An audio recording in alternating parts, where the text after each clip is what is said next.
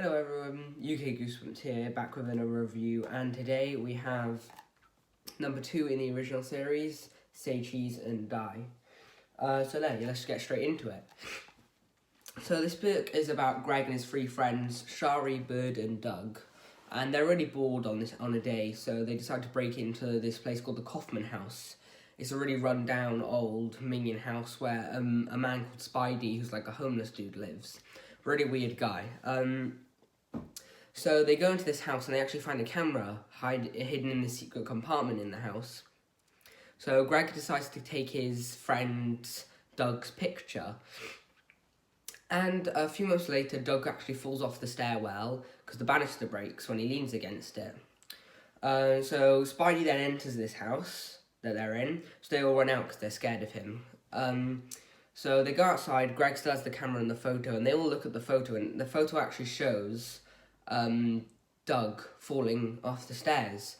But Greg took the photo before Doug fell off, so they're really confused how this could happen.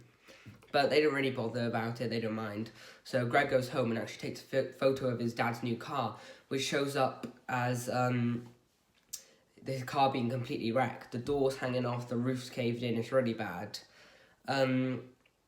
He also takes a photo of his brother Terry, who is at a baseball game and looking really worried.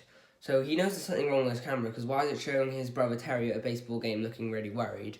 So he thinks this is really weird, but forgets the photos and forgets about the camera. And the next day he actually goes to his friend Doug's baseball game. So at this baseball game, he takes a photo of Doug just before, and it shows Doug lying on the floor and his neck is like a weird angle. Doug insists nothing bad will happen to him, but a few moments after the match starts, he actually gets hit in the head by a baseball, and his neck twists in a weird way like that. He turns out he's actually fine though, and then his brother Terry, Greg's brother Terry, who's a little bit older than him, comes towards him and says, he's looking really worried, just like the photo, and says Dad's just been in a really bad car crash, and the car's completely wrecked and Dad's in hospital, but he managed to survive. So 3 things have happened. He knows that something's weird with the camera because 1, it showed Doug on the floor with his neck twisted and him falling off the stairs. The car's completely wrecked because he's been in a car crash, and Terry's come towards him at a baseball game looking really worried.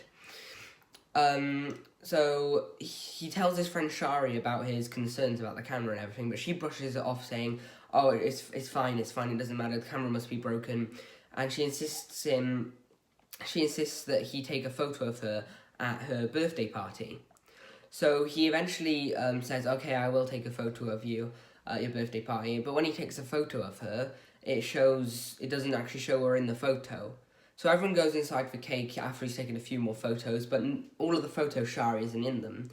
When they go back outside, they can't find Shari anywhere. She's completely disappeared. So the police are called and everything, and there's a massive search. So Greg meets up with his friend Bird, and they start arguing over who has the camera and start fighting over it because they're worried and they don't know what to do with it and they want to inspect it and stuff. But Bird accidentally takes a photo of Greg, and this photo shows a massive shadow running after Greg and Shari. Greg's not as worried now because it shows Shari in the photo, so that might mean she can come back. Also, Greg has an idea. He rips up Shari's photo to see what would happen, and Shari actually appears out of nowhere. And when Greg asks her where she's been, she says she has no idea, she doesn't know. And all of a sudden, Spidey, the weird man from the Kaufman house, comes out of nowhere, and he starts chasing them down the street, just like the photo, because he's a massive shadow following them. So that showed what had happened in the photo. He gets scared off by a neighbour, and then all 3 friends, Shari, Greg, Bird, and Doug, decide to meet up at the Kaufman house to put the camera back because they realise it's too dangerous to carry around and everything. So they go back to the Kaufman house and decide to put the camera back. But as soon as they go down into the basement, Spidey's waiting for them. And he confesses to them he's actually a mad scientist, basically, who created this camera with his partner, with his scientific partner, but it got cursed because his partner was careless with it, and it got cursed, so everything that the photo was taken with, the person dies, basically. So that's quite dark, you know? If you get a photo taken, you're going to die at some point. So he says it's killed everyone he ever loved in his life, and that they have to stay with him in that basement forever, because they can't tell anyone about this camera because it's too dangerous. So that's a bit weird. Some dude asking these kids to stay in his basement. Anyway, yeah. But they say they get the camera off him and take a picture of him, and Spidey actually dies of fright because how scared of the camera he is. So they think it's all over. They put the camera back in its hiding place, lock it away, and then go outside to tell the police that they found Spidey's corpse in the basement when they were searching the house. So this is the end of the story for them. But then 2 local bullies actually saw them go into the house and saw the police outside. So when everything's been finished up, they decide to go in and take the camera out of the hiding place, and they take each other's photo and they wait for it to develop, and that's the end. There is a Say Cheese and Die again. I don't really know if it mentions anything about these 2 bullies, but they wait for the photo to develop. Who knows what happened. Yeah, so that's what happened in the book.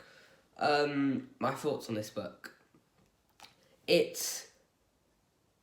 Seeing it as one of the earlier Goosebumps books, you can tend to see it's more gory, like with people dying and stuff like that, and people getting hit by cars and their necks breaking and stuff.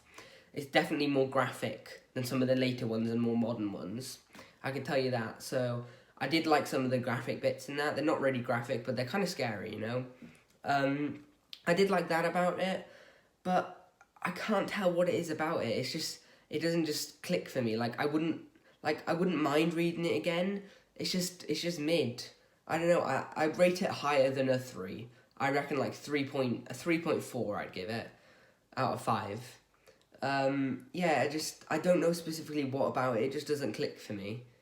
But yeah, it is a good book. It depends if you because it's one of the earlier Goosebumps books. It is a bit more gory, so I know a lot of people do like this book.